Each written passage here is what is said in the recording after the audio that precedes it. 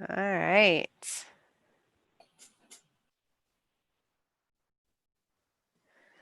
All right. I believe we are YouTube live at this point. Okay.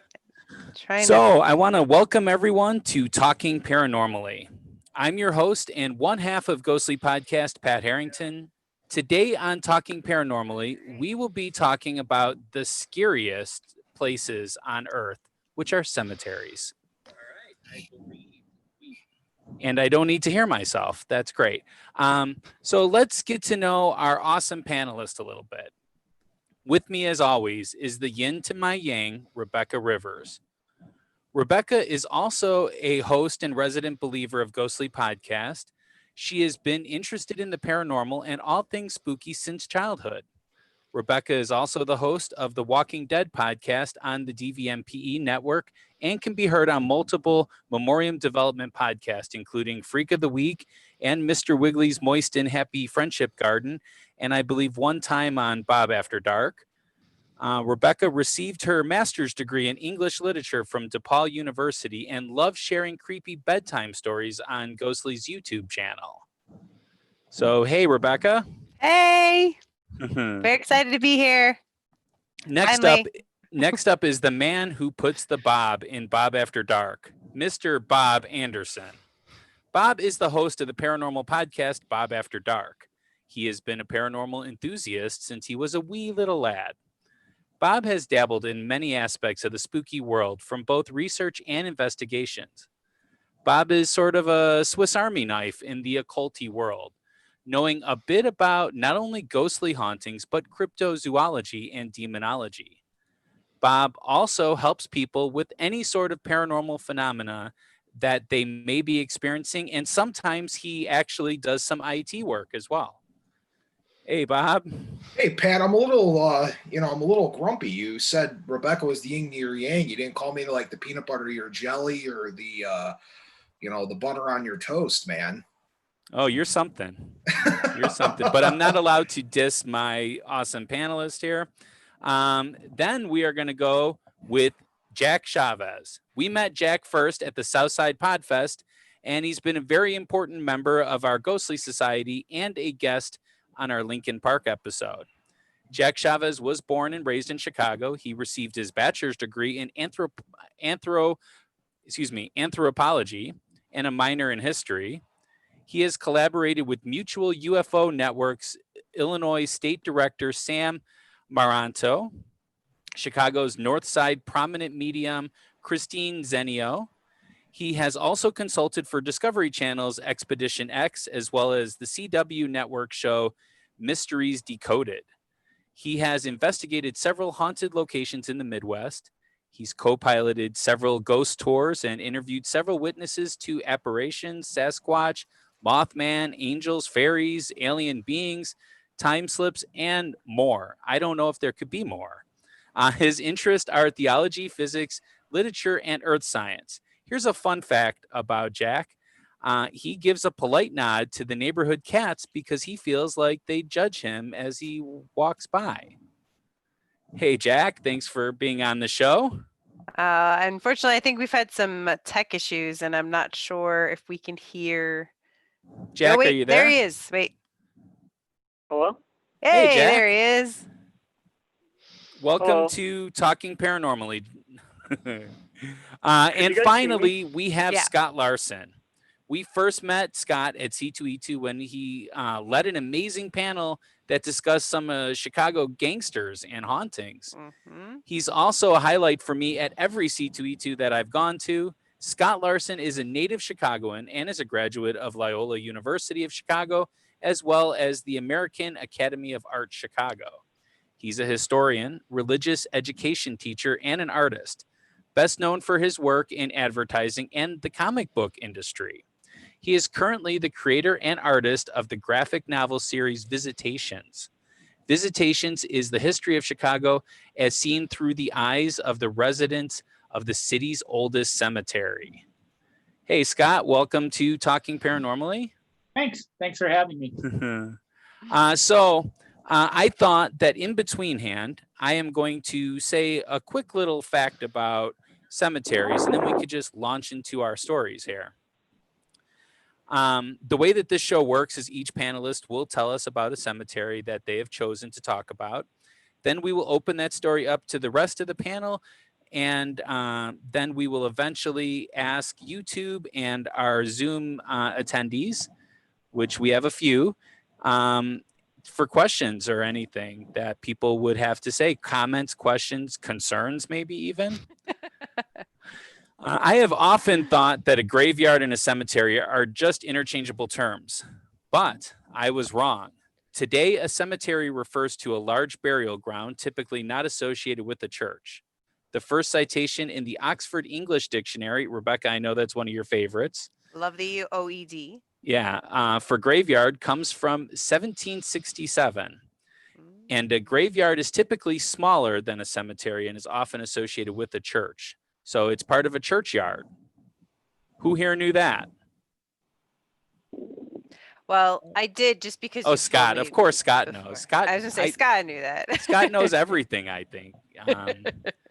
So we're gonna start with Scott.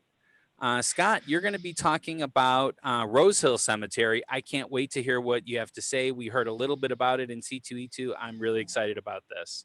Yeah, well, I grew up in Chicago. I grew up in the Bowmanville neighborhood, and Rosehill Cemetery was basically it was in my front yard. I could almost see it from the front yard, and it was one of those places where I'd been a couple of times. But one of the things that I noticed about it was it seemed as if any hauntings that happened kind of happened around the cemetery as well as inside of it. And just to give a little bit of history about Rosehill Cemetery, it was founded in 1859. It is the largest cemetery in Chicago. It encompasses four different neighborhoods: Andersonville, Lincoln Square. I'm sorry, three neighborhoods: Andersonville, Lincoln Square, and Edgewater. And it had been an area that was known as Rosehill, and the area was owned by a farmer named Hiram Rose. And it was the largest, or it was the highest altitude in the Chicagoland area. It wasn't quite Chicago when the city purchased it as a cemetery, and they purchased it. Because it was so far away from the city limits, and that's where they were putting like the diseased bodies of typhoid and cholera epidemics. And as you know, we're in the middle of an epidemic now, but this stuff was a little bit heavier than what we're dealing with. So they wanted the bodies as far away from Chicago as possible. So it was designed to be a landscape memorial park, state of the art. And it became a popular spot for picnics and parties in the late 19th century. And it was so popular that people walking into the cemetery had to show ID in order to show that they had relatives buried there. And just as a point of fact, they're kind of doing that now as well. Ever since the COVID epidemic started, you're supposed to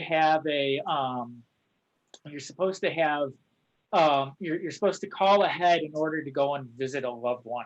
They're doing funerals, but they've attempted to block off all the secret entrances in and out.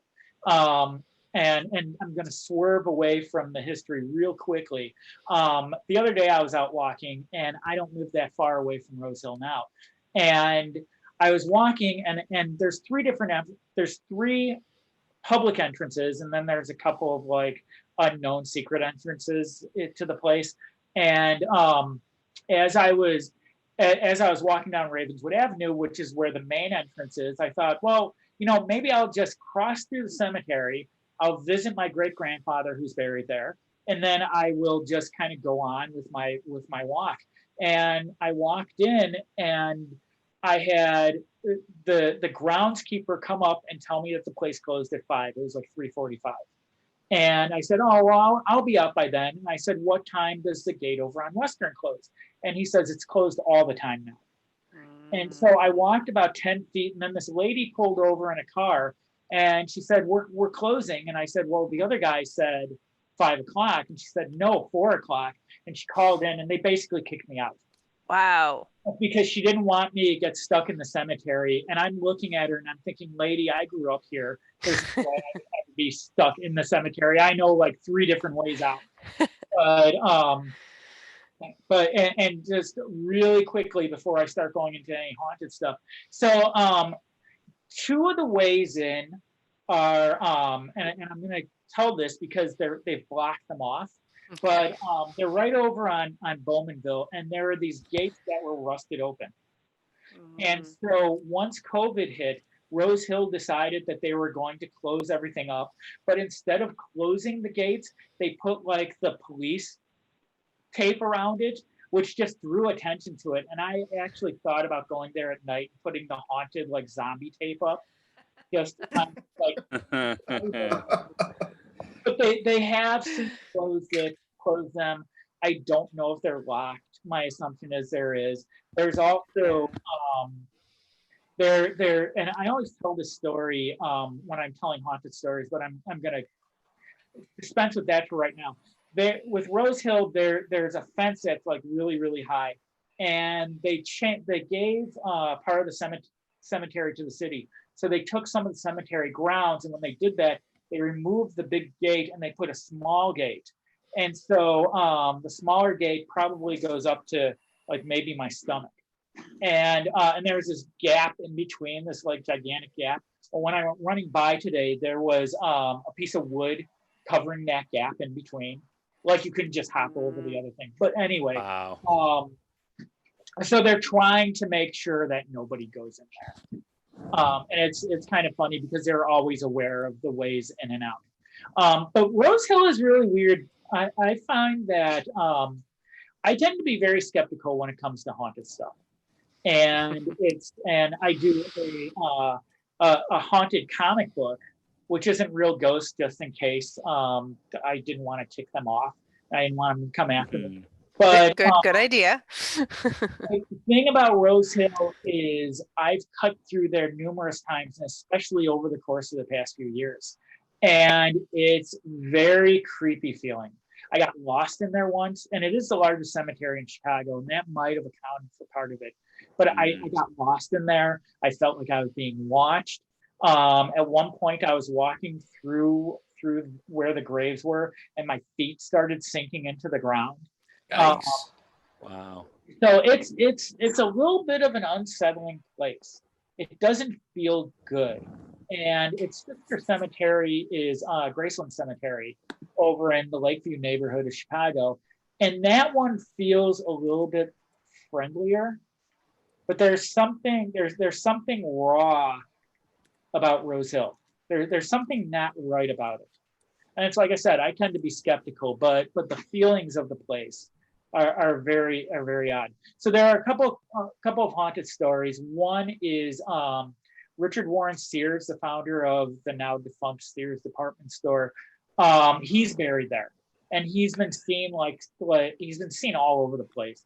I understand you guys had Ursula Belsky on a couple of weeks ago. We did, yeah. I don't know if she mentioned this story, but when she got married, they went to the cemetery to like take their wedding pictures. And the ghost of Richard Warren Sears like ended up in the background in one of the pictures. Whoa. And so he's been seen like going through the mausoleum. And there are a number of paranormal experts in Chicago. And there's one lady who went and did in the mausoleum. And she said that they could hear voices. You could hear voices saying, "Get out," and "I hate you," and things like that. So it's a very, very, very odd place. The other thing is the child who was killed during the Leopold and Loeb case in the 1920s. Do you guys know that? I have heard the story. Yeah, I have not. Leopold and Loeb were these two college students. I think they're at University of Chicago. And they decided that it would be a great experiment to like kill somebody. And so they found this kid on the street and they murdered him. And Yikes. Buried in Rosehill. Actually, if you've seen the movie Rope with Jimmy Stewart, it's Yes. based on that. Huh. I love that movie. Isn't it a great film? So good. It's really for a movie that doesn't do anything and there's no explosions or action. It's like a single shot, essentially. I mean, yeah, it's amazing. So he's been seen in the cemetery. Apparently his spirit disappeared when there were the two boys who killed him, or the two college students. I think one of them died in prison, and then the other one was actually let out. I think he died in like the 70s, like 73 or something like that. Wow. And this little boy was seen in the cemetery up until the point where the other killer had died, and then he disappeared. Nobody's seen him since. Wow. Maybe because they got justice then. Maybe. Maybe. Wow, that's awesome. Wow. We did have a YouTube question from Robert Irving. Is your feeling more of a dark energy feeling at Rosehill, or just a feeling of being watched? The way I would describe that, Robert, is I would describe it as an unsettling feeling. I think that when it comes to feelings and energies and emotions and things like that, sometimes you can't really put them into words. Mm-hmm. And that's the way I would describe that. You know, walking through there's something that just feels off. But that's I can't really put it into words, if that makes sense. Mm-hmm. But it's absolutely. Absolutely. We just don't have words for it. Right. Yeah. So does any other panelist have any questions for Scott? I do, actually. Awesome. I'm going to be honest. I've never actually been to that cemetery before. So I was listening to what you were saying, and one of my favorite things to do about cemeteries is find out who's buried there. Mm-hmm. And I know you were saying the Sears family is there, but there is a famous couple of names there, one of which being Oscar Mayer. Right. And wow. Yeah, and I was curious if you know of any other stories about some of the celebrity people that are hanging out there. And then I was also going to ask you about the Lulu Fellows encased statue there, and if you knew anything about that, because I'm only seeing like a blurb about it, and it seems really eerie just looking at it. Yeah, I've gone past. So as far as other famous people haunting the place, you know, Oscar Mayer is buried there. George Bell Swift is buried there. Levi Boone is buried there. You know, these were all like famous names in Chicago. And there's a survivor of the Titanic disaster who's buried there. Wow. But it didn't survive too long after that, then. Well, it was over 100 years ago. Wow. But as far as famous ghosts like Richard Sears, no, he had a rival, and I'm drawing a blank on who it was. And I'm not going to say like Montgomery Ward, because that would be like telling a tale that probably isn't the truth. But but he had a rival. Or Marshall Field. Right. Well, Marshall Field is over in Graceland, actually. Graceland. Oh yeah. That would make sense. But the sense I got was that Richard Warren Sears and his rival were both seen walking around there, and they could hear arguments. Now I'm guessing at that's, you know, it's kind of like the story you were telling earlier, where I was like, well, that rings a bell. That's what's kind of ringing a bell with me. With Lulu Fellows, I've seen her. I mean, I've been by that statue, and it's really interesting. And I'm going to go to Graceland real quick, because there's a little girl statue in Graceland too. Yes, that's. The thing with Lulu Fellows is you go in and you see her, and I mentioned that I got lost in the cemetery once. When I got lost, I ended up in front of her statue. And what it is people smell roses around her statue. Okay. And that's a sign that they're being visited by somebody. The thing that I find a little unsettling about it is, and especially in comparison with the little girl who's in Graceland Cemetery, is the Graceland Cemetery one. She's actually been seen running around the cemetery. but her statue is like right there out in the open, and It it's is. sunny and everything else. With Lulu Fellows, she's kind of like off the beaten track, and there's like trees, and she's kind of like in this weird area. And there are these holes in the side of the casing because a lot of these statues have cases around them to prevent them from leaving. No, Yeah. station. And the elements from destroying the statues. So I said that all wrong. The casings are there to prevent the elements from destroying the statues. However, there's condensation that happens within these casings. And so the Lulu Fellows one has this circle on the side, and it's got like little vents on it, and people have been like shoving money in there. So That's wow. Whoa. Yeah, I'm looking at the photo now, and there's a ton of money in there. Wow. Hey, Scott, I have a question. Yeah. So you're a comic book artist, and you said that sometimes you're a little bit more on the skeptical side of in terms of ghosts and the paranormal. Well, fellow comic book artist Grant Morrison talked about sigils. He did a lot for Batman. He talked about like sigils and creating sigils, and when you create sigils, you manifest archetypes. Do you think that when you create these graphic novels, which I have read your graphic novels, or I have one actually. It's really good. They're really good. When you create these illustrations, do you think that you're tapping into an archetype, into the archetype of Rosehill Cemetery? That's a great question. I don't necessarily think that I'm doing that. I think that in some ways, because I'm not a writer, although I'm kind of forced to write. Sure.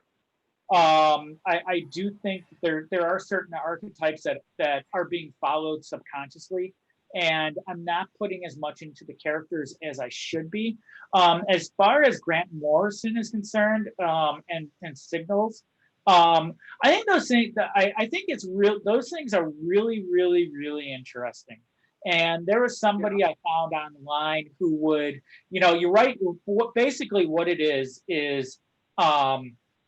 order to create one, you write down what you want. Like say, I want $1 million.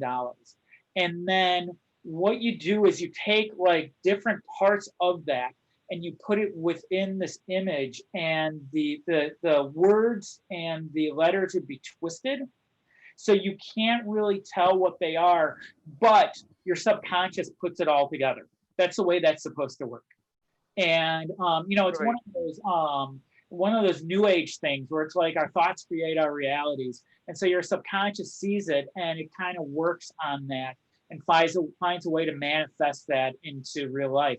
And you're supposed to do it with some kind of emotion or when you launch your manifestation. You're supposed to do it with some kind of emotion and some kind of, giving yourself to it to a certain degree.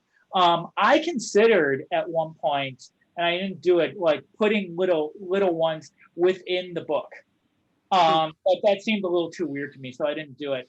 But it's a really interesting concept. Grant Morrison is very, very odd. I've read his book. He's a very, very odd human being, but it's interesting. Yeah. It's really- Do you want to share some of because some of the watchers may not know about your characters, Sure. Scott? Like just a little bit from Visitations, kind of like the concept of those. Sure. Well, I can tell a little bit how I started the book, and what happened was I had mentioned Graceland Cemetery a couple times. I had found out a number of years ago that the Larson family that came from Sweden in the late 1800s were the ancestors are buried in Graceland Cemetery. Wow. And the short part of the story, and because if I tell you the long thing, we'll be here for days. The short part of the story is I went through the cemetery, and the first thing I saw was a statue called Eternal Silence. and it's kind of the statue looks like the Spectre from DC Comics. Okay. Yeah. It's really, really cool. It's really interesting. And as I walked through the cemetery, I saw all kinds of very strange monuments. The little girl in the case that I had mentioned before, she was one of them. And you know, Daniel Burnham's grave and Potter Palmer's grave. It was all very strange. And I went to bed one night. I woke up the next morning, and the plot for the first issue was in my head. And so the characters are all based on different monuments and cemeteries around the world.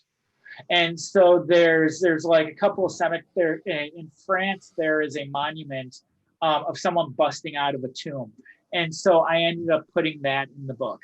And there's one of like some kind of winged creature, and so I made it into a horse.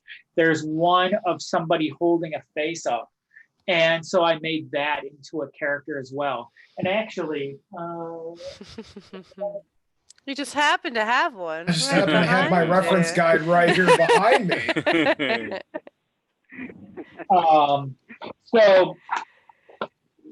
This is one of the characters, and Wow.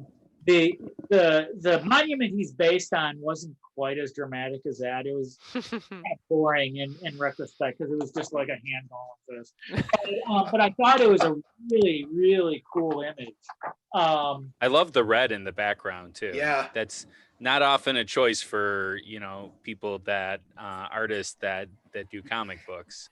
I stole that from somebody. What? Oh man. What? That's so cool. When I did the wing creature, this was so. But the girl it's a winged horse for anyone who can't see it real well. The girl is actually based on a model friend of mine who modeled at a place in a steampunk outfit, and so I kind of borrowed her outfit for the book. So she's been really excited because I made a doll out of it, and she was like, "Oh, I'm a doll now." And That's so awesome. Very cool. And then that character, which is basically a skull, that is some saint's head that's in a museum, like in Florida or something. And there is this article I found, which was like the 13 creepiest monuments in the world. And that's where a lot of these characters came from, as well as my trip to Graceland Cemetery. And the head is like it's supposed to be cursed, and it like goes from place to place. I see. And then this one, so that angel is actually a monument that's in Graceland Cemetery. Right. That character, that muscly thing. There was somebody who had been killed, who had died, and on her gravestone it said "killed by the beast 666." And I was like, "Oh, what would that look like?" So that was my creation of that. There is a little boy playing a pipe, and that's actually a statue in Graceland Cemetery as well, as is the little girl behind. Yeah. So I can see why, like, Jack, your question, like, you're almost saying like you create these images based on kind of almost some real grave, you know what I mean? Like real cemetery Right, that's why I was pieces. asking. Yeah. Like if that kind of brings stuff to life, you know, does that be chaos magic? I'm not good at that. It could be. It's Yeah, just the idea of Okay. You know, Well, the the trading of idea of archetypes. manifesting what your thoughts are. With the characters, they're based on real images. You know, the images just happen to be three-dimensional. You know, when Jack, when you mentioned archetypes, the first thing I think of is Joseph Campbell and the hero's journey, and there's different kind of heroic archetypes and things of that nature. And I'm sure that once the series is rolling, you'll be able to go back and see that, but I'm not intentionally doing that. It's just kind of writing itself in some ways. Interesting. That's really cool. That is very cool. Well, thanks for sharing that. I think we should move on to, well, actually, I have a cemetery fact before we get to Jack here. an east-west orientation for gravestones is the most common throughout the world. I don't know if you guys knew that. After I learned that, I started to realize that they are definitely facing east-west. And it's because early American settlers wanted their feet pointing east and their heads towards the west so that they were ready to rise up and face the sun of a new day when they hoped to be reborn. When the rural cemetery movement became popular in the 1830s, graveyards were constructed with winding roads, hilly terrain, and stones facing different directions. So, Jack, it's your turn.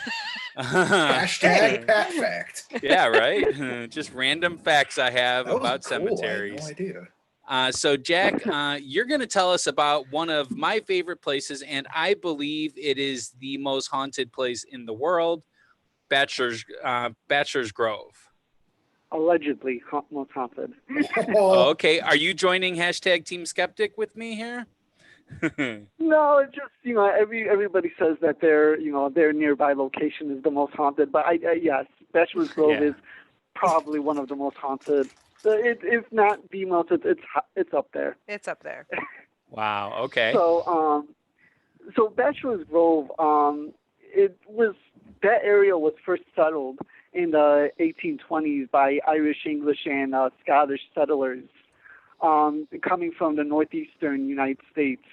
And it reached its peak in population in 1830s. And by 1840s, it was predominantly a German population there. So the area, or I said, the vicinity right there is home to a bunch of different phenomena. You have spectral cars. You have phantom houses.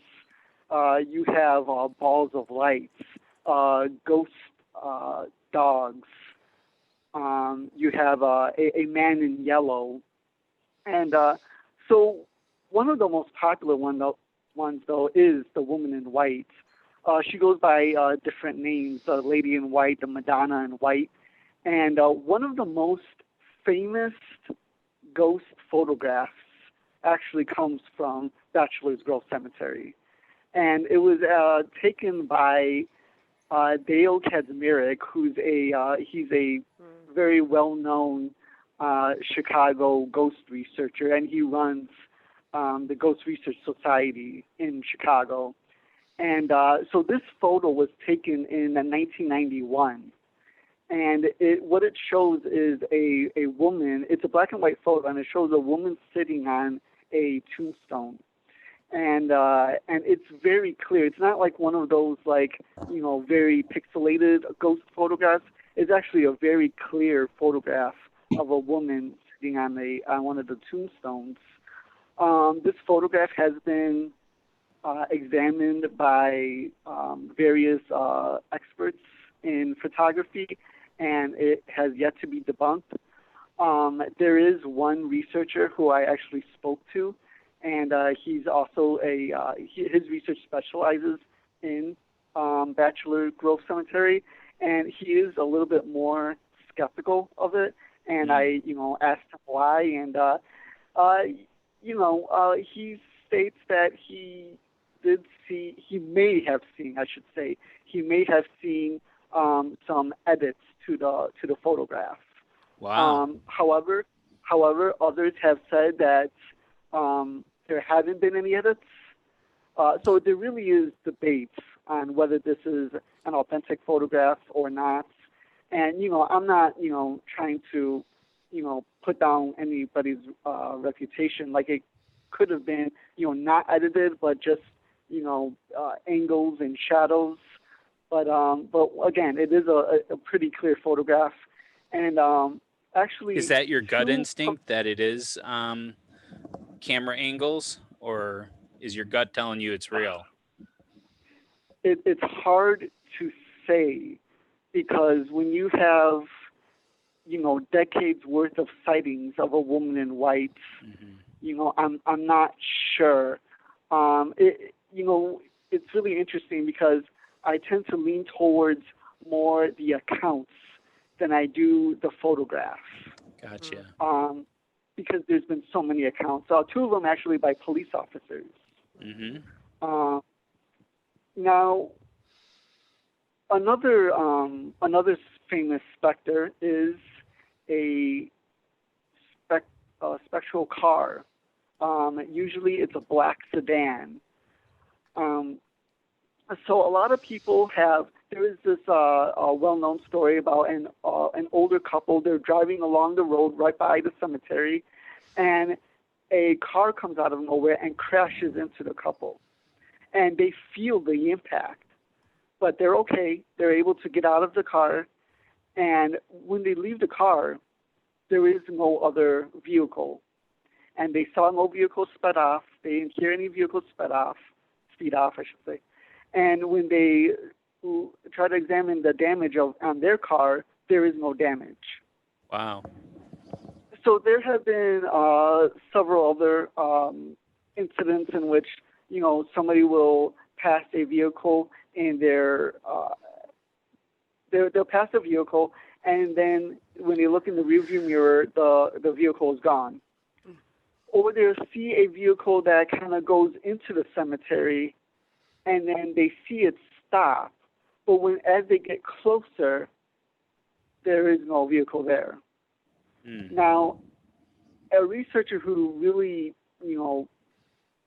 popularized or put a spotlight on the ghosts of Bachelor's Grove, he collected a lot of accounts, is Richard Crowe, one of Chicago's first ghost researchers. And most famous.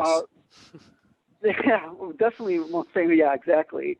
So he actually has an account, a personal account.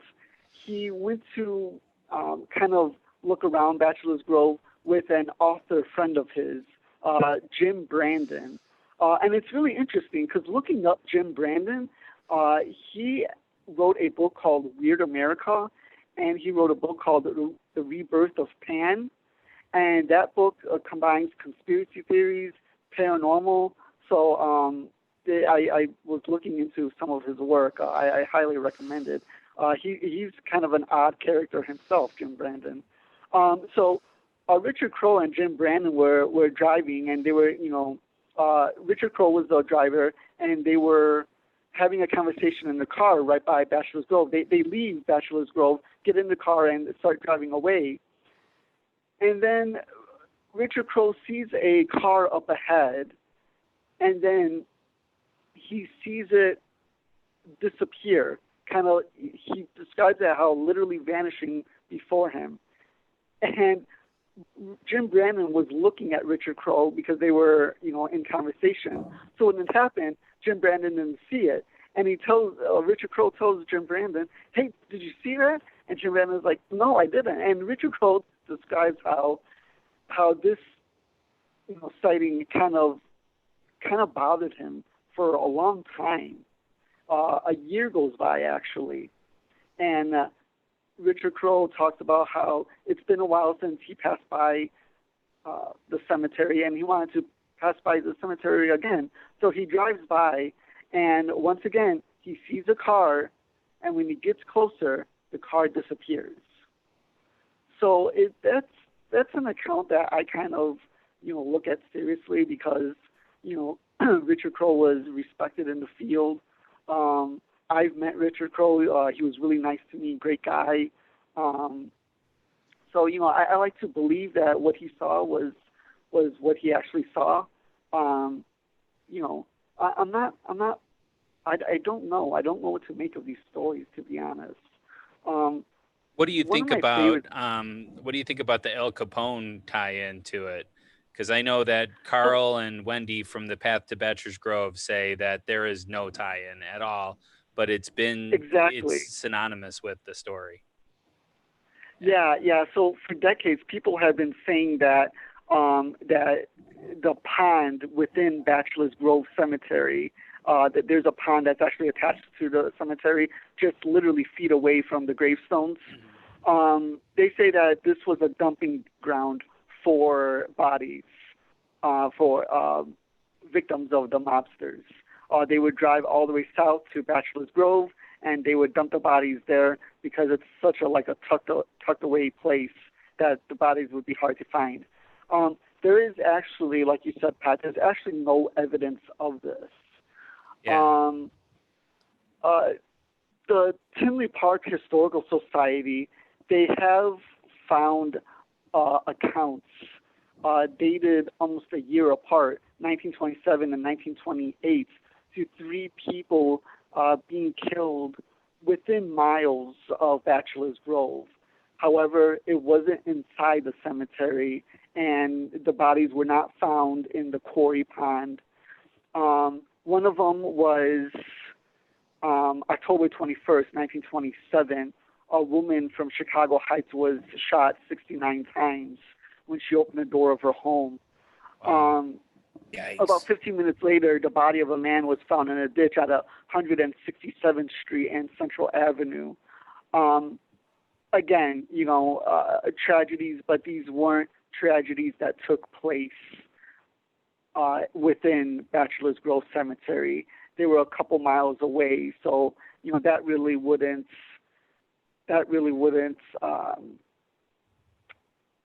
tie into the cemetery itself. Yeah, there was only one thing that I heard of that had any substance to it, and I've seen it too. There is someone that found a revolver in it's like a lagoonish area. While walking down the lagoon, they look down, and it's an old revolver. That's the only tie-in.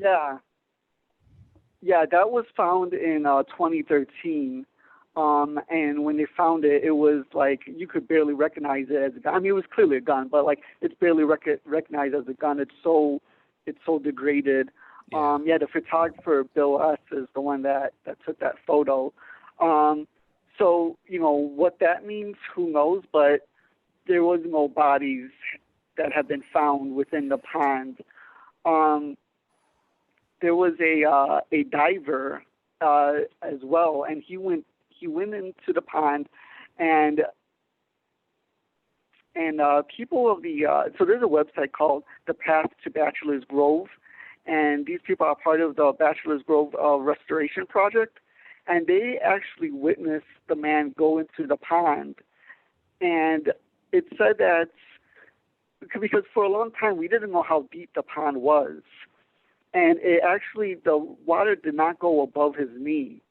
So we know that it wasn't a deep pond. So if the mobsters were going to dump bodies there, you would think that they would dump bodies in a deeper pond. Absolutely. Yeah. Yeah. Right. But and yet people are still seeing all sorts of phenomena. The woman in white, also the disappearing farmhouse. Yes. What's really interesting about the farmhouse is that, so the story is that people will go in there and they'll see a farmhouse, and as they get closer to this farmhouse, it moves further and further away, and they're never able to actually reach the patio. They describe it as like a white farmhouse with stairs leading up to it. There's even a path that leads up to it. But they're never able to actually get there. Reports for this are coming even to this day. People of the Bachelor's Grove Restoration Project, they were there at the cemetery, and there was these women that were there, and they were talking about the farmhouse, like they were wondering who lives there or is it abandoned. And people of the Bachelor's Grove Restoration Project said, there's nobody that lives there. There's no farmhouse. And then the people were in disbelief. They're like, oh, no, we saw the farmhouse. There is one. And they were like, no, you don't understand. That house has been, people have been seeing that for decades. And there is no house there. And, the people were like, what? They were really surprised. And what's interesting is that for decades, people didn't know that there were settler homes in that area. Yeah, there was a settlement area. Right. They didn't know it was, there, like Richard Crowe and other researchers couldn't find documentation that there were homes right there. And it wasn't until relatively recent, actually, where we found that there were, sure enough, there were homes there. So it kind of goes back to the question of, how is it that inanimate objects are being seen in a specter form? There's this theory called the stone tape theory, and basically it goes like this. It's that, whether it be due to their construction or geological makeup or some other factor, areas have the ability to store energy or psychic impression from the past, recording them in a sense as if images on film. So the idea is that under certain conditions, these events can imprint themselves on the landscape. So, you got to wonder, how can that be? There's this mathematician, Charles Babbage, in 1838, and he talks about how the transference of energy between particles, spoken words, could leave permanent impressions in the air itself. So maybe, if air and words could do that, perhaps objects can do that as well. Again, if the conditions are right. Maybe there's some sort of, natural depository in the area that allows for energy to be collected, to be absorbed, and to leave imprints. One of the other things that's often cited in the cemetery is balls of lights. Yeah. Blue balls of lights, red balls of light, different colors. And they're usually seen, following people or bouncing around the cemeteries. People describe it as dancing. So the idea of balls of light, I don't think it's, we're entering a time in scientific theory where balls of light isn't necessarily paranormal anymore. It has been recreated in labs, but there's different theories on what balls of light are. There isn't any one theory. Some of them is electrically charged solid core models, microwave cavity hypothesis, soliton hypothesis. And if you look at these different theories, a lot of it has to do with microwave radiation or electromagnetism. And the idea is that, there was a researcher, a scientist. His name was Simeon Kirlian, and he created Kirlian photography in 1960. Basically, what that is when passing high voltage, low amperage current through an object while it's placed on a photograph plate, you could capture its energy. So let's say you cut the leaf in half and you place it on this photographic plate and you run a current through it. It'll still capture the leaf as if the full leaf is there, as if it wasn't cut. And what it's doing is it's capturing the electromagnetic field of that leaf, So a lot of this could be based on in science. And that's what I do when I do a lot of paranormal research or investigation. I try to find that hook that could lead back into, conventional science and then go from there. I kind of scratch at it. And could we connect conventional science to this wider phenomenon? Now, people talk about, like I said, these balls of light, dancing on tombstones or following them. Well, maybe that's just their perception of what's actually happening. The balls of light, probably doesn't have a consciousness of its own. It's just, moving around back and forth, and it looks like dancing. But I think from all of these reports, that one could be, we could use that as the hook to get into the other paranormal phenomena in the area. So if there's that many accounts of balls of light in that area, there's something to that environment that's able to produce these electromagnetic balls. And if that is the case, if the environment can do that, perhaps it really could absorb energy and leave an imprint of houses or, sedans or ghostly cars. Interesting. That's my Yeah, we have a question Yeah. from so, the Zoom or panelist. Scott's got a question too. Yeah, I have a question. But Oh, great. Go ahead, Scott. let the other person do it first. Okay, so we have Jesse Delleman. Sorry if I'm saying that wrong. Says, what I'm curious about is, do spirits manifest vehicles? Or does a vehicle become a cursed object when involved in a traumatic event? Thus, the soul of a vehicle is tied to the spirit. Yeah, so maybe this ghostly car, maybe it wasn't even necessarily involved in some terrible accident. It could have just left an impression on the environment, and that's why people keep seeing it. Interesting. But there is something to be said about violence and ghostly phenomena. Yes. If somebody's just ripped away from their life, that energy may retain, because it's kind of like if you're in a cave, right, and there's an echo in the cave, and you say something softly, you're going to hear something soft back, but not really too audible. But if you scream, that scream will really project, so that harshness leaves an imprint.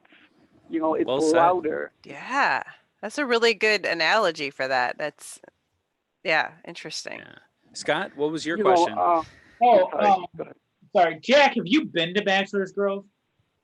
I have, yes. Actually, a couple times, and the most recent was actually recently. So, yeah. Yeah. What did you see anything there that made an impression on you? I mean, getting away from what other people said, while you personally were there, did you see anything or feel anything that made an impression on you? I did not, no. I just, kind of took in the beauty of the landscape. I did a lot of exploring. I felt its history, but in terms of something ghostly or paranormal, no, I did not. I actually had a ghostly experience there, and I'm the skeptic. So when we were there, it was like 50, 60 degrees. It was like a really warm day when it Yeah. was winter. Yeah, it was like November, but it was actually really warm. And that's why we picked that day. And we were talking with actually Carl and Wendy. That's probably who you were talking with, Jack, out there by Bachelor's Grove. We were talking with them. And as we were leaving, I stopped by the gate to leave. And I looked down on the ground, and there was this puddle that I saw ice over right in front of my face. And it suddenly became like so cold you couldn't even tolerate the area. And then we walked like 15 feet and it was already back to normal temperature. Definitely a microclimate. It was definitely we went twice, I think, right? Different times. I have a picture of a red ball, but I think it was just like an ornament or a balloon that was captured up there. But it was definitely, it has a very strange energy. Like that, I will absolutely give it. So it was very peaceful to me. Yeah. Scott, have you been there? No, and I'm never going. Yeah. I understand. Part of that place. Again, I tend to be skeptical, but I know too much about it. Mm-hmm. And, actually, there's a book that came out last year, which was Haunted Bachelor's Grove. And my sister-in-laws were over here at the house, and I was talking to them about it, and they were like, "Oh, let's go over there. Let's do all this stuff." And then I pulled the book out, and they started flipping through it, and the younger one just goes, "Forget it." Like, yeah. Wow. I need a skunk demon following me home. My life is bad enough as it is. I don't. Well, I was there as a kid too, where they had not trimmed up the landscaping over there. So it was like, first of all, you had to know where it was because you couldn't see the entranceway from the road. You still can't, but I mean, you couldn't see the path at all from the road. So you had to have an idea of where it was in order to get in. And then you pretty much we're going to get torn up by a bunch of branches and there's fallen trees all over the place. It was not someplace you would expect to see a cemetery. I'll Well, say that. I will say, I think people don't realize too, it's the cemetery part of it is actually very small. Like compared Yes. to what I was expecting it to be, it was like, oh, it's kind of like almost like somebody's Well, it's no yard. Rosehill. There's no Rosehill, right? It's much smaller than you think. Really, a lot of it too is the surrounding area. And I will say, if you are going to go, they're not open at night. You have to go during the day, and I actually do recommend going more in like the fall, later fall or early spring, because if you want to go walking in any of the other area, it would be it's difficult enough to do when there's no leaves on the trees. It would be Yes. impossible to do, I think, any other time of year. But Well, and don't be surprised if you see Carl and Wendy out there barbecuing. yep, that's how we Yeah. met them. They were barbecuing. They love that place. Bob, have you been? I'm sure. I can't remember. Yeah, actually, funny enough, my mother was there back in the 70s. Wow. Well, my mom was a paranormal investigator before, I guess, the name was even there. Before it was cool. Something like that. Because I mean, there were people before that, but she was there, and I remember her telling me about the farmhouse, and she had a photo, and it was an old Polaroid. You got to shake the Polaroid, right? And she said she had the Polaroid of the farmhouse, and she swore, I don't know how true it was because the Polaroid was long lost, that she'd actually see the farmhouse in a different position in this Polaroid. Wow. But Oh, wow. I can't confirm that. That's just a story, But she told me when she was there, she felt like as if something was like really latching onto her, right? And something was really like kind of bumming her out and really kind of just making her feel emotional. So I said, when I was a wee lad growing up and I was a little ghoul scout, if you will, and I was ready to go start doing my own investigations, that was one of the first places I went. And I will be completely honest with you, the first time I went, I got belligerently lost in the woods. And I didn't find the cemetery for a long time. I paid a guy in the woods. It was me and a couple people. There was a dude in the woods walking around. He's like, "Hey guys, going to the cemetery?" Yeah, man. And we gave him $10, and Aww. he was supposed to give us to the cemetery. He's like, "Oh, I think I'm lost too." And he's like, "Hang out here. I'm gonna go scout ahead." And he took off, and I lost my $10. Aww. Hey, Bob, has your mom ever been on your show? No, I don't let that happen. Oh, okay. You don't want to cross those paths. No, my mom is my mom's an OG when it comes to the paranormal stuff, though. I'm like, I don't want to say I'm second generation, but she was a major, like studier. Major player? Nah, yeah. Player. She never wrote a book or paranormal anything, world? but she was very smart and she knows her stuff, and she was doing investigations, and she likes to tell me about some of the equipment they were using, because like they said like K2 Stones? meters, something like that, dowsing rods, things like that. And it's kind of funny, like hearing her, she'll watch the shows and stuff now, and she'll be like, "Well, we never had anything like that."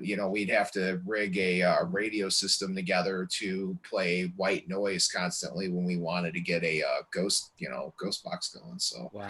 Interesting. yeah, Well, Bob, but it's actually great that we were talking with you because you're up next. Oh, am I? Where's that Yes. hashtag Pat fact about cemeteries? Yes. So before I move on to the next panelist, which is Pat Bob, fact.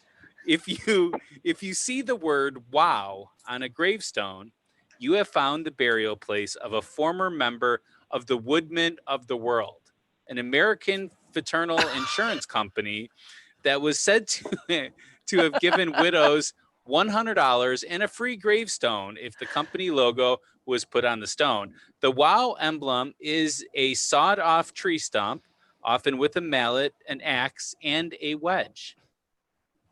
You ever see that, Bob? I honestly don't think I've ever paid attention, but Well, We're now you looking will. now I will. Do you off chance know how many are out there? I don't know if you know that statistic. I do 'cause that's- not. No, these are just fun facts. I don't Okay, have anything to back these up. You're like the paranormal Snapple container, right? Yeah, I I am, pop the lid and I absolutely. get a fact. I'm interested about that now. So, Bob, as usual, Yes. you always seem to come up with cool places that I've never heard of.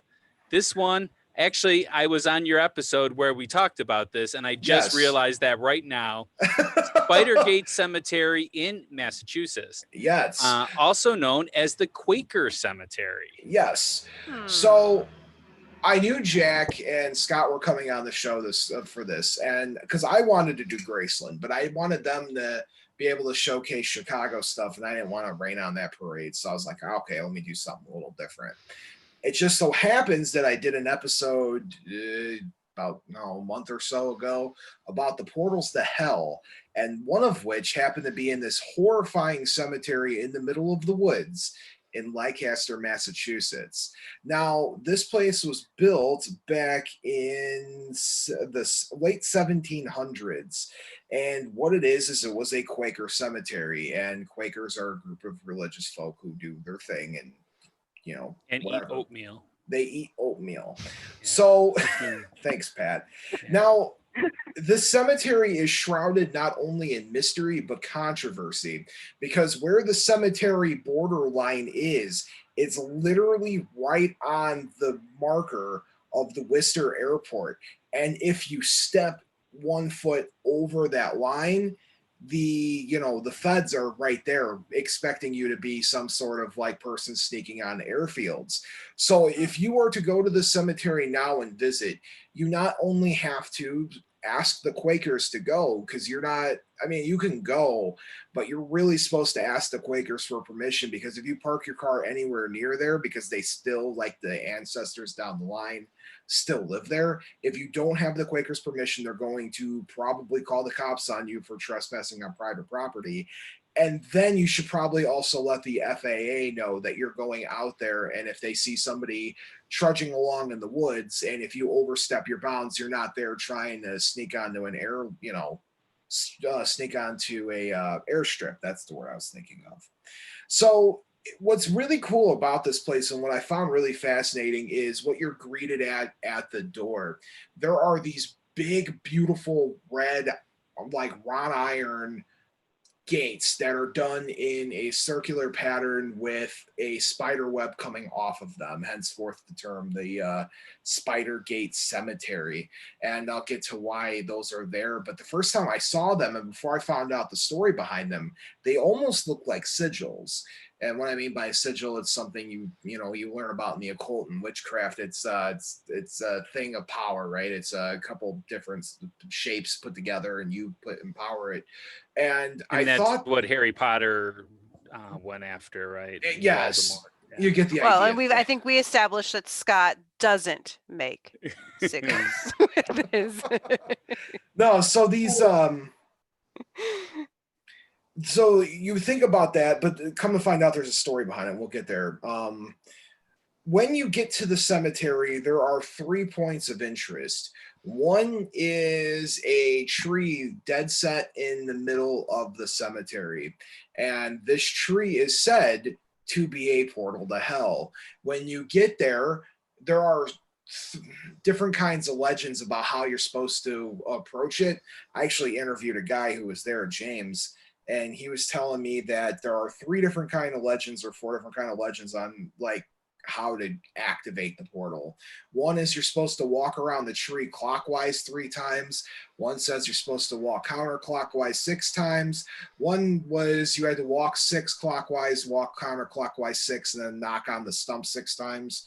Wow. And apparently when you do the hokey that, pokey. Yeah, well, I guess when a guy shows up in a black suit and a big brimmed black hat and starts trying to barter for your soul, and the energy in that place is really, really thick and heavy.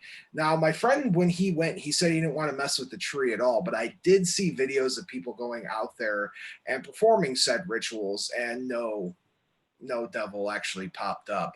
And they didn't disappear or anything? No, nothing bad happened.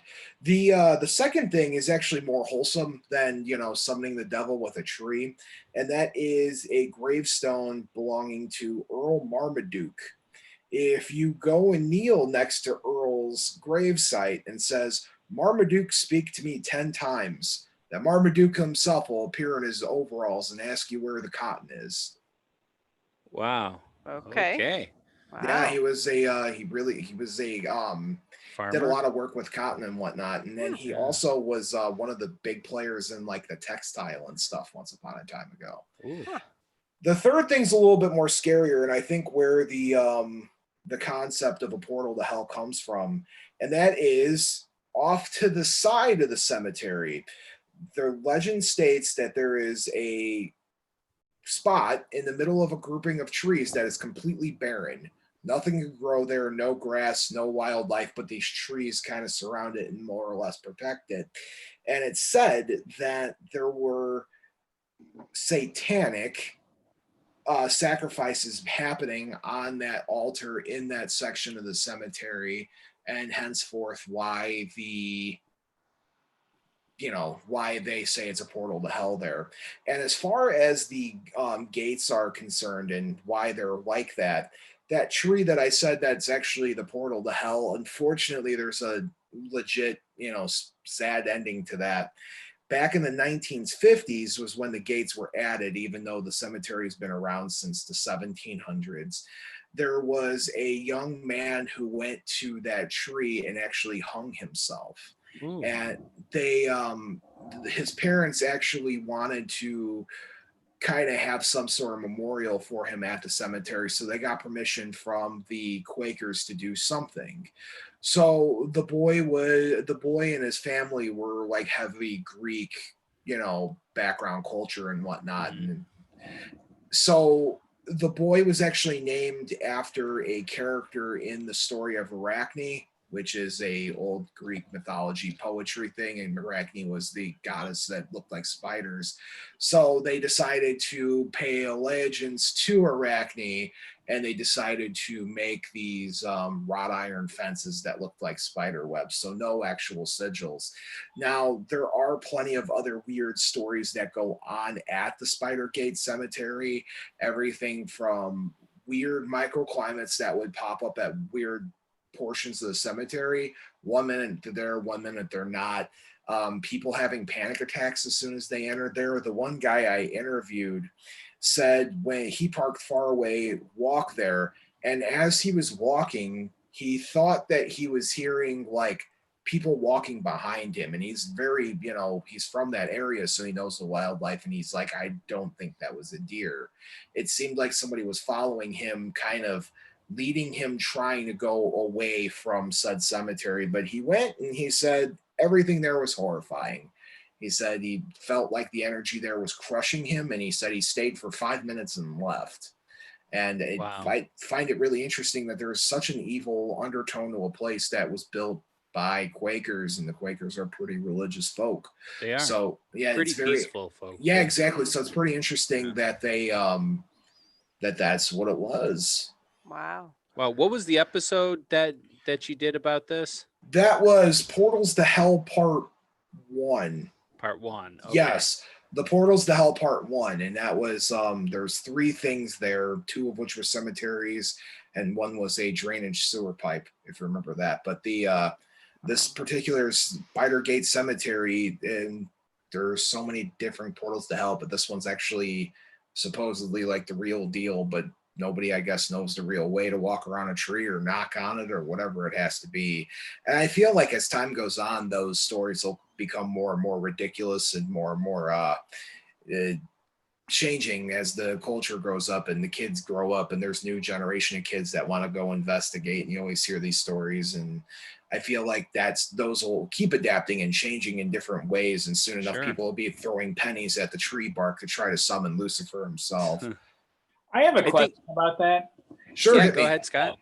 So you said that one of the ways is to walk around it clockwise 6 times and then walk around it counterclockwise. And then you're only knocking 3 times? 6. Okay. That makes sense. Yeah. There was 666, and no. You knocked it out, Scott. You're supposed to. So no, it it's sounds like a college drinking game. That's what I'm saying. Yeah. That's exactly what it sounds like, and it sounds like It sounds like a really secluded cemetery that a group of people found a long time ago, and it left some really creepy vibes, and they decided to make up some urban legends about it. Do I believe in the Marmaduke story? Absolutely. That sounds great. Earl sounds like a cool character to interact with as far as ghosting is concerned. So, maybe with a place like that, with all of the energy hanging out around there and it being a part of the Commonwealth, and it being as really old as it is, so there's probably some residual energy hanging out there. And even though the story goes about the arachne webs, you have to understand that it's still a weird part of sacred geometry, and there's definitely conducting something really strange there. When I make it out to Massachusetts, I'm going to be putting it on my list. But keep in mind, Girl Scouts, when you want to go out there and check it out, make sure you ask the local Quakers, and then make sure you let the FAA know, because you're trudging dangerously on an airstrips and stuff. Jesse did ask if they're selling Ghoul Scout cookies, because he said that you would make a killing on them. No, Ghoul Scouts is a term I use for the subgenre of my fan base that are looking to get into paranormal investigations and stuff like that. I have the Children of the Night, which is my overall, and then there's the younger teenagers and stuff I see at panels that always ask me, well, how do you get into it? And I just decided to call them the little Ghoul Scouts and the True Believers, and the Skeptic Lights. Do you do they still use the cemetery? No, it's so old, and it's one of those things where it's like that cemetery will be there through the end of time. Because it reminds me, when you're talking about it, it actually really connected in my brain to Bachelor's Grove. Yeah, and that's one that again, not used, and there. So my brother came with us, and we again part of this was him being out there on his own in the area, and he found an area, and I'm pretty sure we saw it too, where there's no trees. Like, it's not quite barren, and it doesn't have quite the sinister devil vibe, but it's really weird, where there's just not the same growth that there is everywhere else. And so just that, when you said that, I connected it to that. So just kind of like just a weird area, a lot of odd energy, and that's what I attest to it. There, no doubt in my mind, as far as hauntings are concerned, that this place is definitely a telltale sign of it being haunted. It's got all the the right tropes to it, and old creepy cemetery built in the 1700s. It's got all these stories to it. Now, sometimes these stories really adapt into things that are completely insane, but the fact of the matter is that there's probably things hanging out there that just want to be left alone. To be completely frank, and instead they got to see knocking on trees to try to summon some guy in a suit to come barter with your soul, and it's not with a fiddle contest either. I wish occultism was that easy that you could just knock on trees. Yeah, you're telling me. I dealing with the practitioners in the occulty world. I wish all I had to do to summon a ghost was to knock on some tree bark, and that's what would happen. Right. All right. So I guess we should move on. Scott did post a link to the Ghoul Scouts on Amazon. if anybody is interested. Yeah. The artist on that is Steve Bryant. I don't know if he's a writer or not. He's another Chicago area comic creator. And so when you said Ghoul Scouts, I'm like, wait a second. I know. Wait a minute. Oh, was he at C2E2 last time? He's always at C2E2. So. I think we met him, because I remember talking to someone, and I remember Ghoul Scouts now from that. That sounds familiar. That might be where the name came from. It just popped up to me in a panel once, and I used it ever since. I see. You might want to be careful about that. You might get charged every time you use it. Yeah. I will pitch his book 100%. You might want to read it first. Yes, definitely. Definitely. All right. So I have my last fun fact about cemeteries.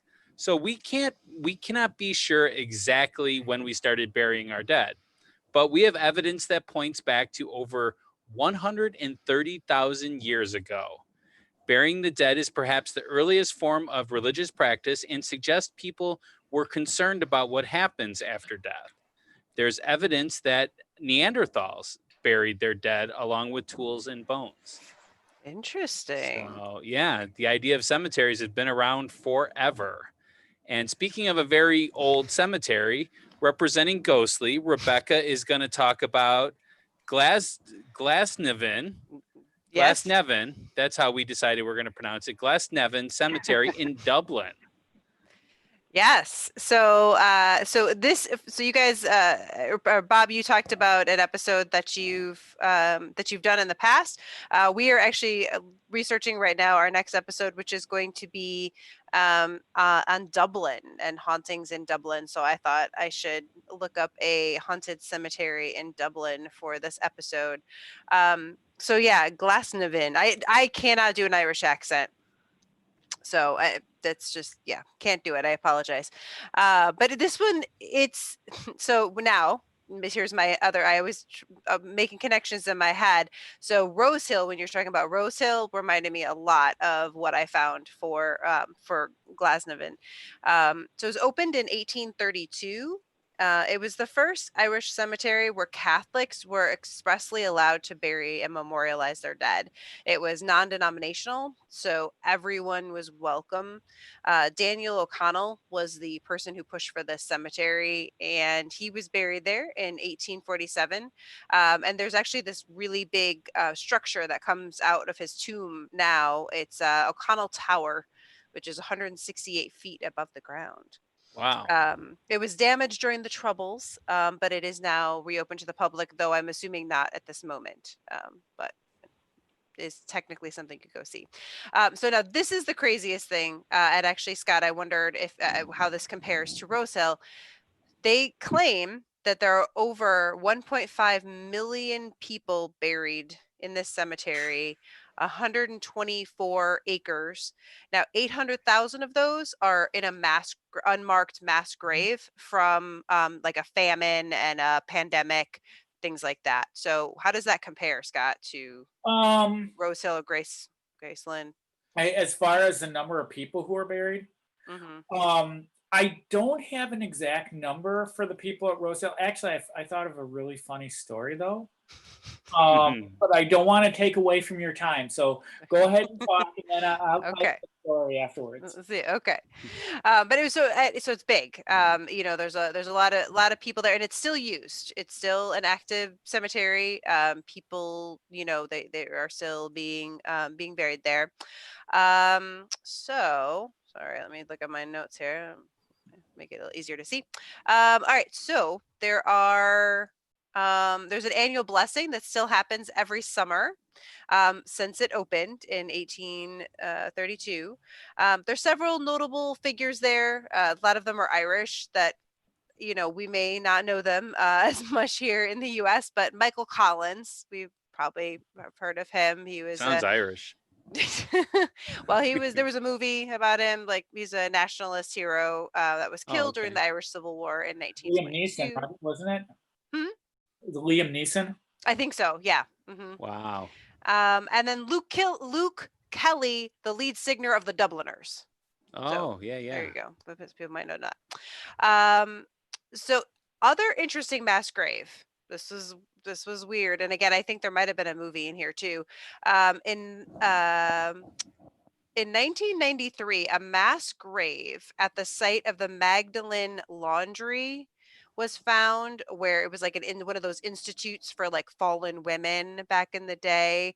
That was a convent, and they would bury the remains of girls that maybe died in childbirth or whatever, and just unmarked, mass grave. So that once that was found, those bodies were moved to Glasnevin and buried there. So again, I think that's where how they get their numbers. It's interesting. And then this was interesting though, in the 19th century, they built a mobile watchtower to watch out for grave robbers. Wow. So, because as we know, they would, a lot of grave robbers for the bodies themselves and things in the grave. So they would actually move the tower to each new section as they were burying people in the cemetery. There are, I mean, I could go on and on and on. There are endless stories. Obviously, this is a huge cemetery, and a lot has happened there over the years. But interestingly, the cemetery has its own museum and runs its own tours. And the museum also has a cafe. So, I mean, this is a cemetery. It's got a lot going on. But there are some ghost stories. I will say the accounts, the people that talk about being there, that even if they see anything ghostly, they, unlike a lot of the stories we've had tonight, they feel the energy there is very benevolent. I think that because it was such a positive thing to open this cemetery for the country, anything, all the reading that I did about it, it was just something that, a lot of people had felt before this cemetery that they couldn't practice their religion when they buried their loved ones. And once this cemetery opened, it was for anyone and everyone. And, you could, it wasn't just the Catholics, it was, but anyone who wanted to kind of be buried somewhere and not be bothered for their religion. So I think that maybe has helped with that kind of benevolent energy. So probably the big famous ghost story that is here, interestingly, is a ghost pet story, which we just did a ghost pet episode. So I promise I didn't plan it that way, but I thought that was interesting. So there is a ghost dog. And so let's see here, this is from shamrockgift.com. When the Northern Irish Royal Navy Captain John McNeill Boyd went down with his ship, so there's a whole story with his ship going down, the HMS Ajax in 1861, it said that his dog, a big Newfoundland, was beside itself with grief. So when Boyd was buried at Glasnevin, the dog stayed at the graveside of his master. He refused to eat, drink, sleep. Unfortunately, he died of a broken heart, basically, at his master's grave. And so today, many cemetery visitors report seeing the huge, loyal creature resting peacefully at that spot. So that was, yeah, that was kind of interesting. But again, kind of, again, not a scary ghost, there's kind of a positive energy. And then most of the other ghost stories are actually not in the cemetery proper, but in the pub that shares a wall with the cemetery. Like, it is right there. It kind of almost on the property, but not just on the other side. Yeah. Spirits on spirits. Spirits on spirits. Spirits Yep, with there you go. spirits. There you And go. I think you're getting these stories in on a technicality, but I'm gonna Hey. Oh, let this All right. Well, so this is Kavanaugh's Pub. It's been in the family like almost, I mean, a really like 100 years or something. It's a really old pub. slide. Wow. But it's actually nicknamed the Grave Diggers Pub because the grave diggers from the cemetery would go there. And that's where they would, have their break. There's also stories of how they would actually like go to the wall of the bar and be like, knock, knock, knock. And then there was like a secret door. They could like pass them drinks like through the cemetery wall. Now, there's no proof of that. But that's the story. It's pretty close to the cemetery. So the current owners are like, I'm pretty sure they probably just would have like walked over, but it was interesting. But okay, so the most popular story is the ghost of an older gentleman who sits in a corner quietly drinking a pint. Visitors to the pub claim that he wears vintage clothes and vanishes as soon as he finishes his drink. But then I actually found a story from one of the current owners that Atlas Obscura posted about. It said, let's see, the years that Eugene ran the pub, a repeat ghost, the man in tweed, visited. Sometimes Eugene had to shuffle out stragglers in the wee hours of the night when the bar was closing. On one of these nights, the man in tweed appeared for what would be the first of several times. Eugene yelled at the boys to get back to their homes. when they retorted that it was unfair that the old guy at the other end of the bar got to stay nursing his Guinness. At first, Eugene thought the lads were just being drunk and silly. He claims that he knew every pint he'd served that night, especially in the waning last few hours. I'd have served him the pint, and I haven't served anyone a Guinness, he'd say.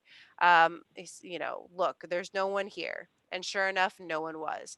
But an empty pint of Guinness sat on the bar. The boys would have described what he looked like, a little pointy beard and a wristwatch with a chain that led to his waistcoat, a real Victorian look. So that's kind of the big famous story. There's one other one from, again, the family of owners. This is Anne, and she's the current, or at least when the story was written, the front house manager. But when she was 17, she tells the story. This was back when the family lived in a small second floor flat above the original bar. She was just falling asleep when she saw a young girl with brown curly hair perched at the foot of her bed. I kept blinking and blinking and realized quickly that I was still awake, Anne said. There she was in a white ghost. Yes. All the women in white tonight. Women in white. There she was, a white nightdress with a frilly collar, puffed up shoulders and long sleeves. She just smiled at me and then she was gone. There was no way that apparition was the product of one too many pints either. I didn't drink until I was in my 30s, she adds, so there was no relation to drinking, she claims. Wow. So there you go, guys. Yeah. Does anybody have any questions for Rebecca? Bob, go It's ahead. not much of a question. It is a comment, because we were talking before the show started and talking about like the sheer sizing of how many bodies are buried there, right? Yeah. So I pulled up some numbers just in comparison. So Scott was talking about Rosehill Cemetery earlier. They claim to have over only 100,000 graves. Graceland Is that Cemetery, including the ones from the old city cemetery? I'm not sure. I just quickly pulled up numbers. Because I know that they got thousands from there. So Are you sure? I thought those went to Graceland. I thought they went to both. I thought they were shared, Graceland and Rosehill. Well, we know some of them were left. Okay, I could be behind. wrong. Yeah. So Graceland has a confirmed, this is an exact number, 53,425 graves. wow. And Wow. so I was like, those numbers don't even come anywhere near what's going on in Ireland. So I just got curious and I typed in biggest cemetery in America. And it came up the Calvary Cemetery in Queens, in New York City. And they say they have a potential of 151,965 graves that are actually graves. And they said that in comparison to memorials, they said they can have anywhere up to about 900,000 to a million like memorial things, so park benches or a plaque or something, but no actual body buried there. Well, and that might be part of this as well, because they actually have a crematorium on site. Sure. And so it could be too, there's that they're counting like plaques or something like that too. The reason why it blew my mind that there's just that many people there is you would think this would be like one of the most haunted spots in the world, right? And the stories about the bar are wholesome. I love a good haunted bar story. That's like my favorite stuff in the world. But you would think that there's more kicking around that cemetery than just the dog. Yeah, and I'll be honest I with you, could not find one. And it might relate to the fact that the Irish people don't really buy into stuff like that too much, because ghosts are very much we don't talk about that. When you die, Catholicism, you die, you go there. You're not sticking around here. So maybe that's part of it, but man, I'm really interested in it because I never heard about it until you brought it up. The ghost dog was the best, though. Thank you. It is really good. That. Well, but and actually, again, also Scott too with Rosehill, and I'm sure Graceland is similar. It was built as a based on French design, the idea of it being a park and a place where people would go and picnic and spend the day, and that it was definitely that 19th century ideal, Yeah, place to go. I don't know if they wanted people to actually picnic there, but people Mm, did, yeah. and I think that's what happened. Mm-hmm. Yeah, and that's, I guess, what this place is like too. It's really again, there's so many stories. I mean, and it's connected to there's a woman buried there who's like over 100, and someone that was the first their first person buried there was a young boy, and anyway, there's a lot of stories, a lot of really interesting uh, tombs and gravestones and all of that. So I've been Yeah, to Dublin, and I have not been to this cemetery. So I but have it's not kind of, either. I think it's a little bit, obviously it's a little bit outside, kind of the main part of town, and there's actually there's a whole separate new section that they built that's really where the majority of Do you suppose that was like the traditional cemetery where most people probably were buried?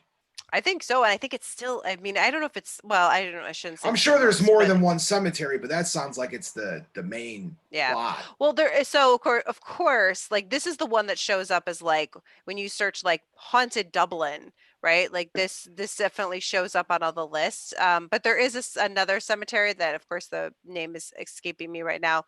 That I also found that does have some hauntings in it as well. So I don't know. There's Thank you they know for they have more than sharing. one. Thank you for sharing. That's awesome. I had no idea. All right. Robert you guys Irving. probably have seen Oh, go ahead, that, Jack. Sorry. you guys probably have seen that, black and white photos of people, picnicking in cemeteries. It was a pretty common thing back then. If you guys haven't, if any listeners haven't seen these photos, type it in Google. It's really fascinating seeing people picnic in cemeteries. It was a popular pastime. Yeah. Yeah, and Carl and Wendy still do it, Bachelor's Grove. So Yeah, right. they barbecue. We did get a Um, YouTube question. Yeah. Oh, do you want to ask? Sure. Yeah. Yeah, Robert was wondering if anyone has heard of the Greenwood Cemetery in Decatur, Illinois, that supposedly it is haunted. He went to Millikan University, which says is also haunted. But supposedly there's a couple of Civil War soldier ghosts there. So this is Greenwood Cemetery in Decatur. Couldn't even tell you where Decatur's at, to be completely honest. I have been to Decatur, but I have not been to Greenwood. So It interest. doesn't surprise me though that you hear about like Civil War ghosts in that neck of the woods. Mhm. I've been to grave sites out in like Peoria and whatnot, and it's not uncommon to find Civil War markings. And even when I was just at I wasn't just at it, but even when I was at Graceland back in like March, you even saw like Civil War-esque time frame grave sites there as well. So doesn't surprise me that a Civil War ghost is kicking around a place like that. Right. Well, speaking of war, we have one final question, and then we're going to wrap this up. Memorial Day was a few weeks ago, and Independence Day is coming up. This is from Jesse. Any stories about Arlington? Yes. Can you elaborate more? I was waiting for other people to say it. Oh, okay. Arlington, I've read into it, and Arlington is considered one of the most haunted cemeteries in the world. Nice. Because No, that's Bachelor's Grove. Yeah, it's Bachelor's Grove, Bob. Yeah. I said Sorry, I already know. I said one of. I didn't say the most haunted. I said one of, and the idea, the most famous one is the guard that will march up and down the rows. There's the story of I don't know the name. It's just I'm drawing a blank because I wasn't expecting this, but there is a story of a famous watchman during the night that will march up and down the grave rows, just keeping watch. And the idea is that the people that get buried in Arlington, a lot of them have really tragic endings, and they don't really have closure on exactly where they're going or what they're doing. So it doesn't surprise me to hear that stuff like that exists. And the one story, like I said, I know there's more, but the one that comes to mind is the night watchman who stands guard, and he's in his uniform and everything, and sounds like he was just doing his job. Anyone else have any Arlington stories? Well, I'm just gonna say Greenwood, man, a quick Google search of that, you get a lot of haunted stuff for that. Haunted Illinois looks like Troy Taylor has done. He's a paranormal guy around here, right? He's done some investigating there. Yeah, 18 yeah, another 1800s. Yeah, okay. We're gonna have to investigate that one. Thank you. Definitely. Thank you for that, Robert. Maybe a future episode. Yeah. So I want to thank all of our viewers for participating. We hope that you've enjoyed this panel. I also want to thank all the panelists. This was a lot of fun. Thank you guys so much. Let's start with Scott. Scott, what do you have going on? Yeah, I'm still producing my comic book. Great. The comic is called Visitations. And where could they find that at, like online? They would have, people can email me at Visitations Comic Book, which is all one word. That's VisitationsComicBook Awesome. Okay. I would suggest you find me on social media, but I'm off of social media completely right now.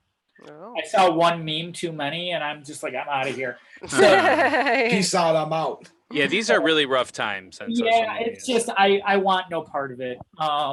But you can always people are free to send me a note through Messenger on Facebook. I do have a Facebook page. It's Scott Larson Illustration on Facebook, and my Instagram is like Scott J Larson Art or something like that.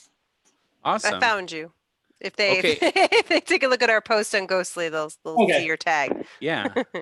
Jack, how about you? What do you have going on, and where can they find you? Sure. So I have, you could find me at just my email is Jack C, like the letter C, Jack C4488 at yahoo.com. I don't have a website or anything like that, but yeah, I have we have an investigation coming up July 11th at the old Lake County Jail, or Crown Point Jail. It's a jail that John Dillinger has escaped from. So we will be investigating that July 11th, and then we will be in Freeport, Illinois, I believe, early August. You can email me for details. Freeport, Illinois, at the Masonic Temple. We'll be investigating that as well. And then we have a couple presentations and other investigations coming up.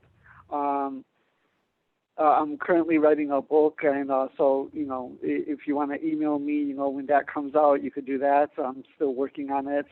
Yeah. Other than that, I just want to say I really appreciate you guys inviting me on, especially with Scott. Scott, I'm a fan of your work and stuff. So it was awesome to talk to you and be able to ask you a question. And thanks to everybody for letting me on. Awesome. Thank you for coming on, Jack. Bob, what's going on with Bob After Dark? What are you doing? I am grounded still. I'm not in the studio. What you see is what you get. This is my studio right now. I'm still locked out. Do you have your proton pack there? I do, actually. It's real, right? It's right there. It's a prop hat. Oh, okay. So what you see is what you get. The show's still coming out weekly. I damned and determined I'll still bring that show out every week. You can find me wherever you listen to podcasts at. My newest episode just came out today on Siren Head, the nowadays Slender Man online scary phenomena. I actually took that episode as a request. I was helping out a fan's little boy, son, really scared of this thing. So I had to come forth and lay down some truths and help the son get some sleep at night. Wow. So you guys can check that episode out. That's out wherever you listen to podcasts at. You can follow me, Bob After Dark, on all your major social medias. And unfortunately, you can't find me at your local convention. There's no local conventions going on. But as soon as they come back, you can catch me at your convention, wherever it might be in the world. I do that. So awesome. And finally, Rebecca, What do we have going on Ghostly? Oh, I don't well, even remember. I don't know. No, we Mhm. well, we have this. This has been super fun. And then we are continuing our episodes every other week. We've got one coming up this next week on Wednesday.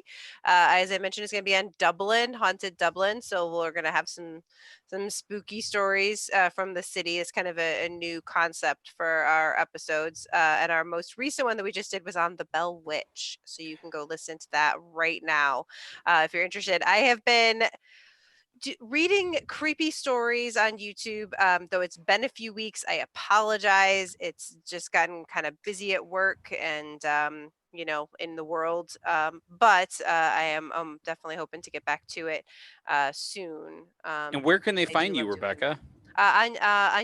Well, they can find me on anything Ghostly Podcast, right? So on any of your social medias, we are at Ghostly Podcast, and then that includes YouTube, right? YouTube.com/Ghostly Yeah. Podcast. Yeah.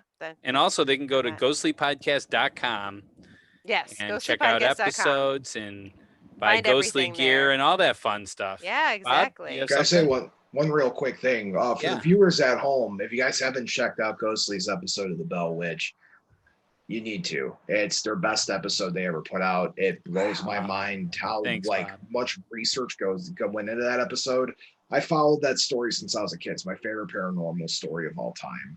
Wow. And Pat and Rebecca did that story justice. So you guys really, if you didn't get a chance to check out that episode, go do it. It's their finest work. Wow, thank you very Well, thank much. you so much because you also did an episode on the Bell Witch. I did, and mine's really good too. You can check that out. It's on yes, it is. wherever you listen to podcasts at. It's about several months ago at this point. It's but, the 11th episode, I believe, right? Thanks, Pat. I didn't even know that. There you go. Somehow that just stuck in my head. I have Yeah. weird facts in my head, like cemetery Pat facts. facts. Pet Facts. facts. Well, and I was All just right. say, and also definitely check out Scott's Visitations. Like, Yes. if you like Chicago stuff, like seriously, because we didn't get into like the whole concept of it, other than it's the characters are based on these, different cemetery pieces, but they investigate things that are made up, but also based on real Chicago history, and it's very, very cool. So if you're interested in that, that's my recommendation. Well, maybe we'll have to get Scott on another show for him to talk about that then. I'm happy to come and talk to you anytime. All right. Awesome. Well, thank you guys so much. Until next time, stay ghostly. Good night, everybody. Bye. Bye.